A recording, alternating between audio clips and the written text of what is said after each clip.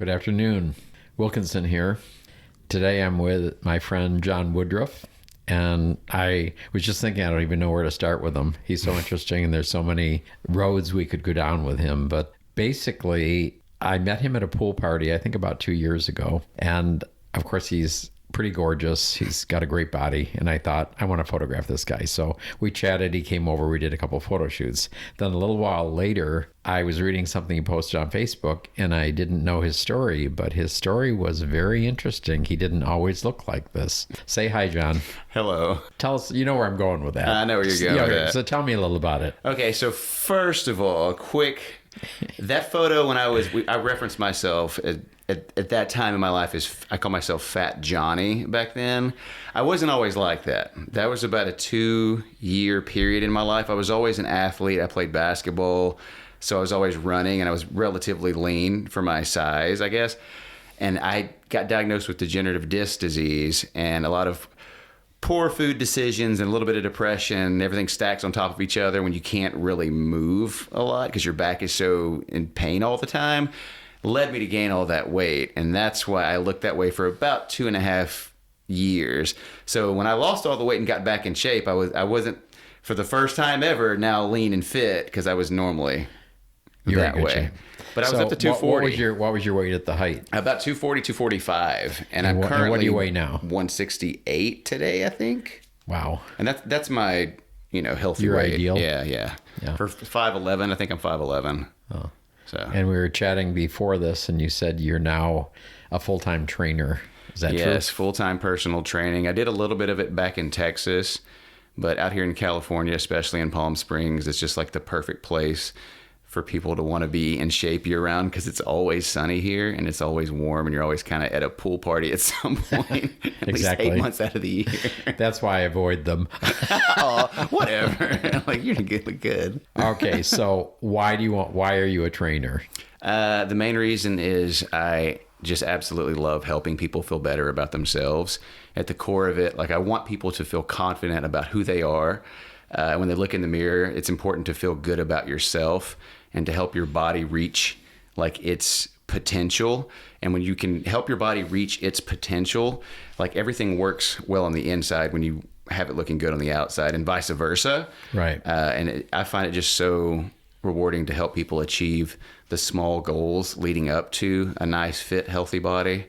There's just nothing better than helping someone not only lose weight and feel better, but like have more energy and like just get a sense of like, life is amazing, it's wonderful, and I have this new body, that I've worked for, to now drive and do and live and create and just explore, and it just feels good, like, to help people at the end of it.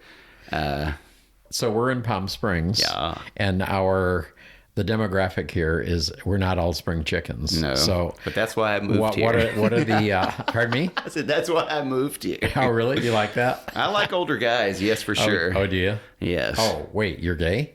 I mean, slightly. You didn't know? I'm kidding. Yes, I am. And gay. My partner is older than me. And I guess you could say significantly, because I'm 40. I'll be 42 in a month, and he's 73.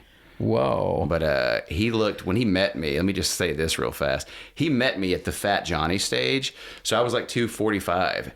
And then I got in shape with him, and he had a six-pack and was ripped. He was just in incredible shape, and he still is. When you met him, when I met him, I was big, right? No, was he in shape? No, he was shredded. Wow. Like, he was fit.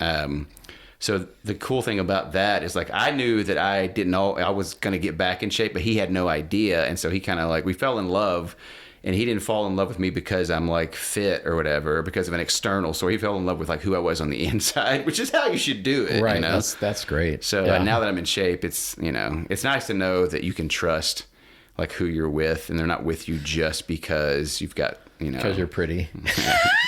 It's straight. I mean, it sounds kind of cheesy, but it's true. No, though. it is. Yeah. And you just have a better relationship when you actually care about the person and not like the shell that they're in the body. Right. Where did you meet? Dallas, Texas. So were you born and raised there, both? No, I'm from East Texas, like Marshall. I lived in Dallas for about 18 years. Okay. He's from Montana. He grew up in Montana, and like he was born in Stockton, but he grew up in Montana, and he's actually in Stockton right now. So he's, was a West Coast person, I guess, for a long time. And You live in Palm Springs? Yes, we do. Okay, how long you been here? We moved here mid-pandemic, May 27th of 2020 to be exact.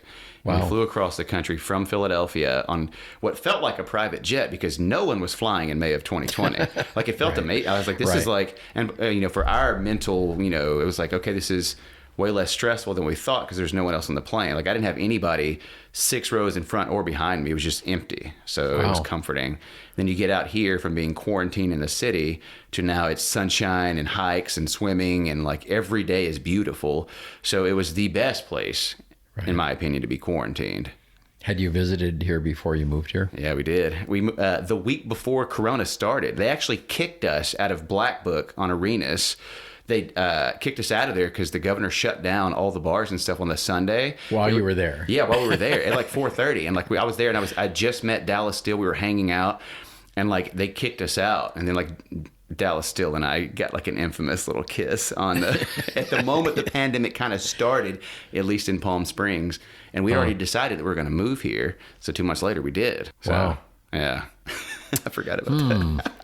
And a little pre-podcast talk, you reminded me of something else because I was talking to you about another guest I had on here. And I don't think you were always a gay man. So tell me a little about Yeah, that. with me, Or maybe you were always gay, but Right. let's talk about your life a little. so like I felt like I had delayed. I always tell people, like growing up in East Texas in like the 80s, we didn't have a lot of TV channels. We had like the 3, 6, 12, and 33.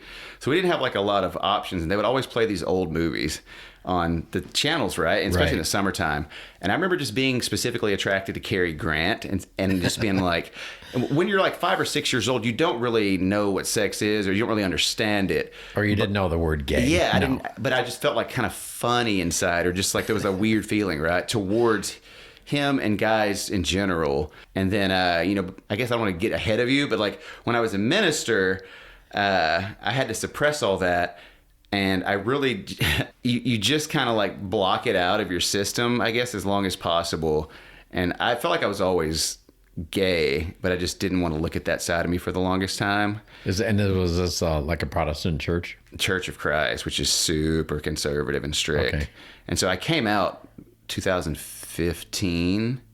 So it was pretty late in life. I was 35. Wow. Yeah. But, like I always tell people, the short version of that is like life has been incredible since I did so. And I've never felt better and more free and alive and just happier. So you were an actual minister? Yes, for 16 years, from age 19 to 35. Like very conservative, like Like preach the from the main pulpit. guy in the church or one of the ministers? One of the top, or- yeah, one of the main two. Like I'd preach in the pulpit. Like I went to seminary when I was 19. I was kind of like the valedictorian of our class, and they called me Phenom. And I was just like a really good, like public speaker. And that's the last thing I ever wanted to do with my life, but I turned out to be good at it. So you kind of get, you get people telling you in the church, in your little bubble, that this is your Right. destiny. This is God chose you for this. Right. And so you start to believe it. And all of a sudden, you're just locked into that system. Because I grew up in this church. Right. And it's kind of hard to escape it, especially if I was to come out. I would, because I lived in the church house and the church property and all this. You're going to lose your job. You're going to lose your house. You're going to kind of lose everything. And I didn't, I never had a wife and kids, so I wasn't really worried about that. Well, element of all that this. was my next question because I didn't remember that part. Yeah, no So- kids, no wife, so and you I were am single. I am I think, what do they call it when you're a C-section baby and you've never been? Oh, a platinum gay. Platinum. That's platinum. it. You're a platinum. Yes, I'm platinum. So you were like CSAT. You've never been there ever. Never, ever. I'm very curious though. I was talking to my friends about. I'm very curious, and like I don't know if I'll ever do it at this point because. Whoa. Yeah, I know. But yeah, platinum gay here. Okay. So you were in the church for all those years and knew you were attracted to men. Mm-hmm. So were some of the guys in the congregation attracted to you? I'm sure they were. I know But that nobody came on to you? there was a couple passes, right? And I could sense it, and so it was always super awkward, and I feel like we could sense each other, but we're both like, so we never did anything with anybody in the church. Like anytime I ever started exploring my sexuality while I was still a minister, I would always drive like multiple hours away outside of Dallas just to do so, because I was so paranoid about someone seeing me out with some guy or something like that in Dallas, and then they would, say, oh, and then they would tell the elders, and then I'm fired, Right. And it's so like, you did exploring during those years. and I was just afraid of a scandal. It's like, I don't need this much drama. But you were fooling around. Oh yeah. Oh yeah. Like my first, I guess, sexual experience with a man was I was 23, and then it would happen, and then I would pray the gay away on the way home, and then about every 6 months is how long I could last before I could, before temptation struck again.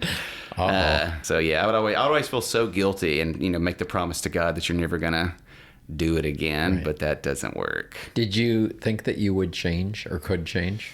Yeah, I truly, like at that time in my 20s, because I was so focused on ministry, career, that it's so easy to block it out of your mind and just focus on, Right. The sermon you got to preach on Sunday or whatever. And I thought I could, and I thought I did, and I was always kind of like asking for forgiveness, but also proud of the duration of time between sins. Did you ever attend like ex-gay ministries to get fixed or any of that stuff? No, none of that. When I left the church, it was pretty... No, I mean when you're in the church. Oh, to try to I see what you're saying. Yeah, no, I never did that. I never even thought about that. Well, and if you did that, that would be acknowledging what was going on. Right, yeah. We don't do. Yeah, that's true.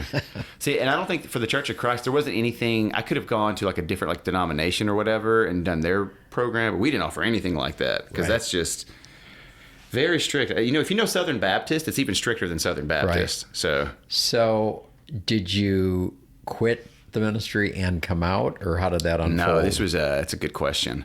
So I quit the ministry in the sense of like I was working for a smaller congregation, and I just didn't really like that. And I was like, okay, I'm just going to leave and do something else. Because in my head, I'm kind of like, okay, I need to process what's going on sexually with me and a lot of other questions I have about outside of sex. I'm talking about like spirituality and like, do I even believe in God? And so those thoughts are kind of Right. like bouncing around. And that was the bigger issue for me because I don't look at sexuality like it's that big of a deal. But the issue of like faith for me was everything because that's my livelihood, and also it's important for how you view the world and how you treat a lot of things, right? So I was trying to figure that out, and I left the church knowing that I was struggling with my faith at the time. So I still believed, and I took a break from it, and taking the break from it allowed me to actually, for the first time in my life, because I grew up in the church and immediately started seminary, and then I immediately had a job. For the first time in my life as an adult, I could evaluate what I believe independent of my financial livelihood, because I was working as a security guard at the Gaylord Texan, and I could just look at the things I believed objectively and without like, well, if I don't believe this, I'm going to lose my job. Right. There's no agenda. You could just look at it. Exactly. Gotcha. And so doing that, I was able to ask the hard questions and and this is all a process, right? It took Right. about a year and a half before at the time I became just atheist, because I tend to do things at the extreme when I first start them. Like 150%. Yeah. Let's do And it. now I would say I'm more agnostic than atheist. But it was a total process, a total journey. And at the same time, I was struggling with the sexuality and like, well, am I bisexual? Like, what's kind of my thing, right? And I figured that out. And that's when I met John. And the story behind that is that I should have said this earlier, there was another John. And I actually went to go meet that John. And so all three were a throuple, and there was 3 Johns in one house. And that's how just the Cliff Notes version of that story. Whoa. And that was my first gay relationship, was with 2 other Johns at the same time. How'd that unfold? Okay, well, like those typical way that people hook up. Like I was on some website, this is 2015, 2016, Dallas, Texas. I saw, we called him Big John because he was like 6'5", he's a big guy. And we started chatting on this. Wait a minute, was Big John your guy now, John, or the other guy, John? The other one, yeah. Okay, the other one. Okay. And so met him on an online like gay site or whatever, and then I went over to his house to hook up with him, and they opened the door, and there's 2 of them, and there's, I guess, my current You John. got a twofer. Yeah.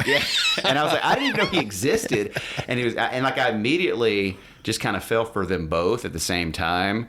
And so it was kind of like a bonus package deal. So it was very interesting to start off with 2 people as your first gay relationship and not one. And that was your first gay relationship. Yes. And I would recommend that you don't do that to anyone listening. Like, take it a little slower. Maybe just start with one person, but to each their own. Because it's hard. Okay, so continue. Then what happened? Wait, so I processed myself through the ministry. You had we'll call it a date. Yeah. And then how long before you moved in with him? Probably 2 months, maybe. Was this in Texas or Yeah, where it was technically in McKinney, Texas, Okay. which is like right outside of Dallas. So I moved in with them probably about 2 months after we had all started. But, once we had like an immediate connection, and I would, go out there. I think I went back to their house like 3 days later. And at that time I had Monday, Tuesdays, and Wednesdays off of work. So I would just leave work on Sunday, go to their place, and just spend the 3 days with them anyway. So we were already kind of like living together a couple weeks in, at least half the week. So then they were like, do you want to move in full time? And I was like, you know what? Sure. Why not? I know. Okay. I was very naive. Okay, so there's not two Johns today, so No, keep going. Big John actually passed away of a heart attack a couple of years ago. We were I had moved to Philadelphia with my brother for a little bit, and my little John, had came to Philly to kind of win me back and have me come back together with them, because we were just taking some time apart. And I was fully on board and ready to do that. And then Big John had a heart attack out of nowhere. And like, he was texting me the day he passed away, and he was like talking about how proud he was of me and the things that I had accomplished in my life. And, Wow. and then little John had just gotten back from Philadelphia, and he called me that night, and I thought we were just going to talk about his trip. And he told me, no, John passed away of a heart attack in his sleep, taking a nap. And he was 70, I think he was 73. This was like 3 years ago. He was 73. Yeah. So it was sudden. Wow. Yeah. And so then you went with Little John. Yeah. Little John moved to Philadelphia. We spent about a year and a half there. Then we moved to Palm Springs. And we love it here. And I'm never leaving. Well, I never say never, but like, I don't want to leave. Okay. So was Little John, we'll just call him John now from this point. That's fine. Was John, you said he was totally ripped when you met him. Yeah. So he'd always been an athlete? No, he has good genetics. Like, he just likes working out and staying healthy. Like, and he eats well, he eats clean, he watches his calories. And he was working out with a trainer, I think 5 days a week, which really, I can speak from experience. Like, that's a lot, and that really will get you results. Yeah. He was really in it, and he still is. So are you his trainer? No, we don't work out together. I don't train. We talk about stuff all the time, and I'm always giving him like, tips, advice, things to do, and I'll show him stuff. But we just kind of do our own thing. We work out at different times, and I'm just busier, and I just kind of work out when I can these days, as opposed to he just kind of goes at noon every day. So has he given you tips?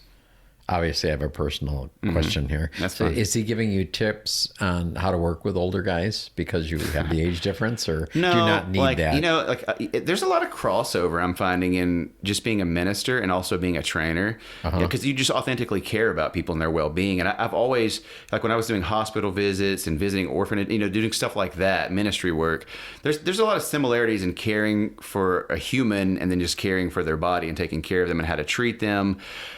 Knowing how to handle like heart conditions and like what weights and training, that's different for sure, for like, based on a person's health. But it's pretty easy to do. I mean, I enjoy the people that I work with, but I'm very selective with who I work with. I don't just take anybody. Like, you really only want to have like a select number of clients, because I want to dedicate my time to them, because I want their goals are my goals and I want them to achieve them. And if they don't, then like, I'm going to be upset with myself.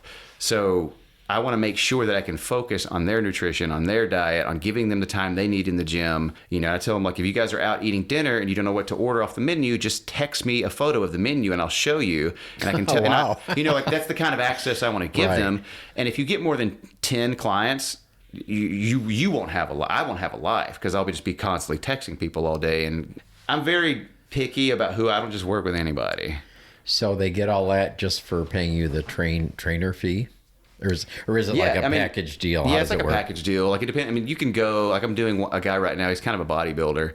And we're just going month to month with him, because, he's starting at a very high level. Right. Like, we're just trying to fine tune some stuff with him, but he's already so excited working with me that I know he's already wanted to do 5 sessions a week. But it's more of a package deal by the hour, and it's always varying. Like, if you buy a longer deal, then you're going to get a better rate per session.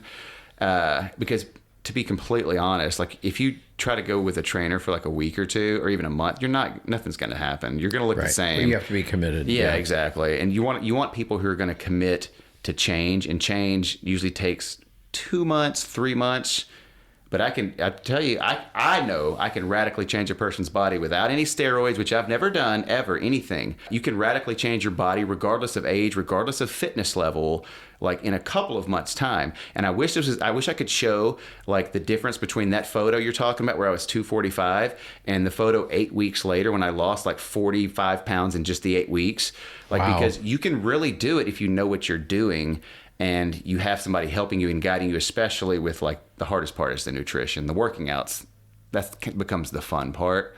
Nutrition is where it's really at in terms of how to tweak and do things. I mean, as most people, I've looked at so many different diets and all this stuff. So, I mean, so are you into any specific one? Nope, I don't diet.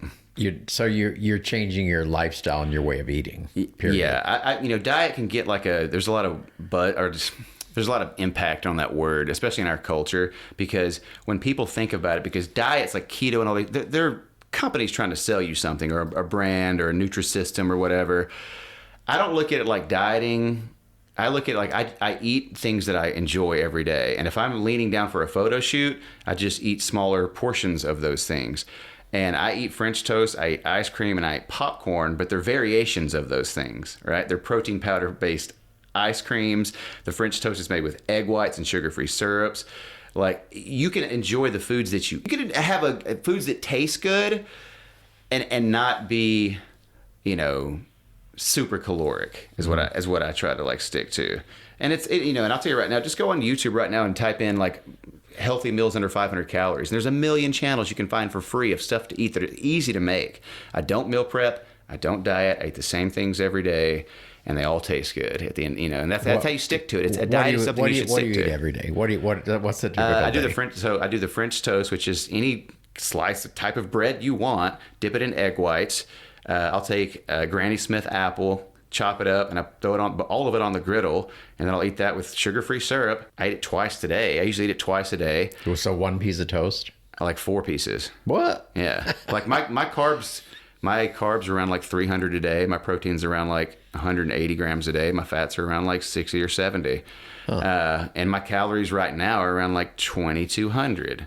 And that's just for me to maintain the current like body weight that I have. Right. So you don't have to, so I do the French toast. I'll answer your question. I'll do the French toast. I have these little 100-calorie Orville Redenbacher kettle corn. You get them at Walmart. They're 100-calorie bags.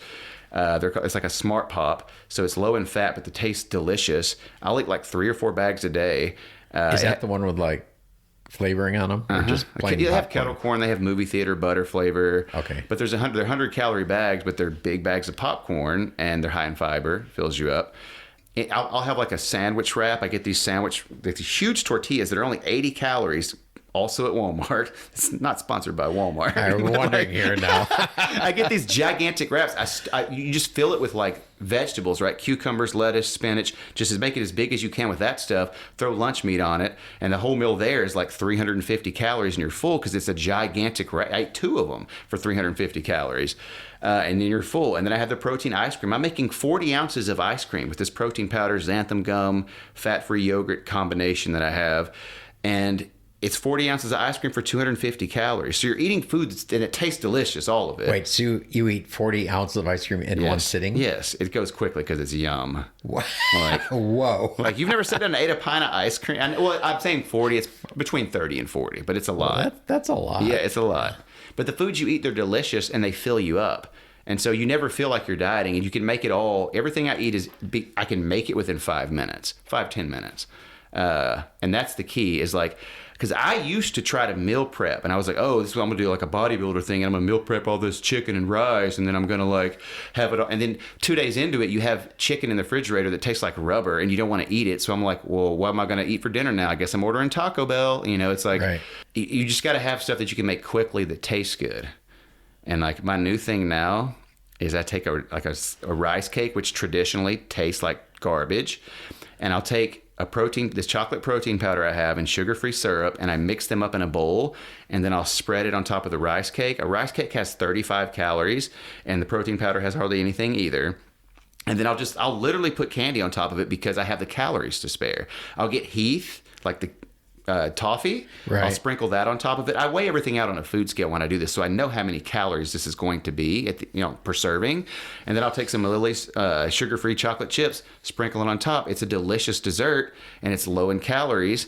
And you don't feel like you're dieting when you're eating stuff that tastes like candy, because you're eating literal candy. Yeah. So do you make hot meals too, or not? Is it all sandwiches usually and salads? the hot meals. Well, French toast is still kind of hot, but Well, yeah. for a dinner, we'll have like spaghetti squash with chicken breast and like a lot of broccoli steamed and vegetables and stuff like that with, some pasta. You could throw pasta sauce in it. The trick behind this, to make this quick, is you look at your calories like you do your money, and it's just an easy number, 2,500, right? If I say you've got $2,500 to spend on food today. And if you spend more than $2,500, $2,500 is your calories, right? If you spend more than $2,500 consecutively days in the week, you're going to go into debt, i.e., you're going to gain body fat. And if you're under that number, 2,500, you're going to lose weight for consecutive days. So you just look at it like a budget. I can spend 1,000 calories or $1,000 on this one slice of pizza, but then I've only got $1,500 left for the rest of the day. And that's Does how I get my clients. Does one piece of slice have that I many? mean, it depends on where you're getting it from and what's on the pizza. Well, like if you have an inch of cheese on it, right? Yeah, exactly. Or if it's deep dish, or if it's the slices like the Sbarro, the huge pieces or whatever. And so you just look at it like a budget and just know that like if you fall under those numbers, you'll be fine. And I try to tell clients that are trying to build muscle, you just try to get your protein numbers at a certain level depending on their body weight, and you're going to be fine, and you'll lose weight and feel great and drink more water. Well, you do look pretty good, I got to say. Thank you. I appreciate it. That's why I wanted to photograph you. And you did a great job at that. Photos Any, up at Men Just Men. So are you having fun? Are you having fun with the modeling thing? Yeah, it is fun, and that's where you have to look at it, I think. And that's the way I've always done it. Is you should have fun with it. Right. And for me, losing all the weight and like being able to and having people like you want to take my photo, knowing how I was 6 years ago, right? Like it's almost like makes me emotional when I think about. You think about how far you've come, where somebody like wants to take your photo, exactly, and all the work that goes into that. Like it's an honor. You should always just have fun with it in life. So, what do you have the most fun with? Training, modeling, what else? Well, between those two, like I would say training, because at the end of the when you see a really good photo of yourself, it's great, but that only lasts for like that little moment in time. But whenever I see a client truly connecting with like how much, whenever they just love working out, and I know that they're gonna stick with this, and it's gonna change their life, and all of a sudden it clicks with them, and they're motivated, they're energetic. And then whenever they're achieving their goals, like there's just nothing feels better than that. Like it really does. When you've changed someone's life by showing them how to eat better, and now you know that for the rest of their life, going forward, they're just going to have a better life. I don't know how else to say it. Like they're going to have a better life because they have more energy and they're healthy, and they're just going to enjoy their quality of life more. And like I helped them on that little journey, or that for however many months they work with me, and that's definitely more fun. I play a lot of video games too. Not as much these days, but like it's a good way to pass the time, at least for my generation. Wow. It's really been interesting on the podcast because so many guys I've interviewed have a religious church, spiritual backgrounds. And some of them are totally rejected. Some of them are trying to work things out. Right. But a lot of them come into some new career where they're really helping people. And that's what you said earlier, where, that's really where their heart is. And I think that, so they're transferring what they did into what they're doing now. Yeah. And that's what I hear with you. Right. And when I started bartending when I moved to Philadelphia. Oh, the church wouldn't like that. And no, they would not, especially mine. Like you can't even drink. So, and I noticed that I enjoyed doing that because I enjoyed, the sense of pleasure when you make someone a quality drink and they're happy and they're out having fun. And it's like you're a part of that. Right. It's called the service industry. But just, helping in general, you'll find a lot of gay guys, if they're coming especially from a ministry background, transitioning into things. Because that search meant hard. Like, what do I want to do now? I kind of have 2 useless degrees in theology and biblical studies as an atheist. What are you going to do with that? So I was like, makes the most sense, And I finally was like, I know a lot about health and fitness, and I like helping people. So it's like, okay, let's do that. Right. That sounds great. Yeah.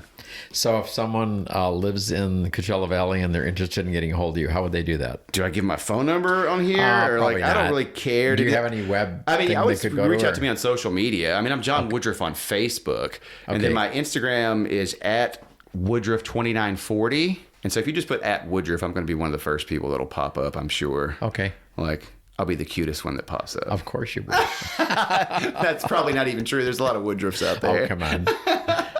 All right. Well, thank you for coming, John. I appreciate it. Thank you for having me, man. This is awesome. This is a great idea. Like, you're going to do so well at this. All right. Bye-bye. Bye.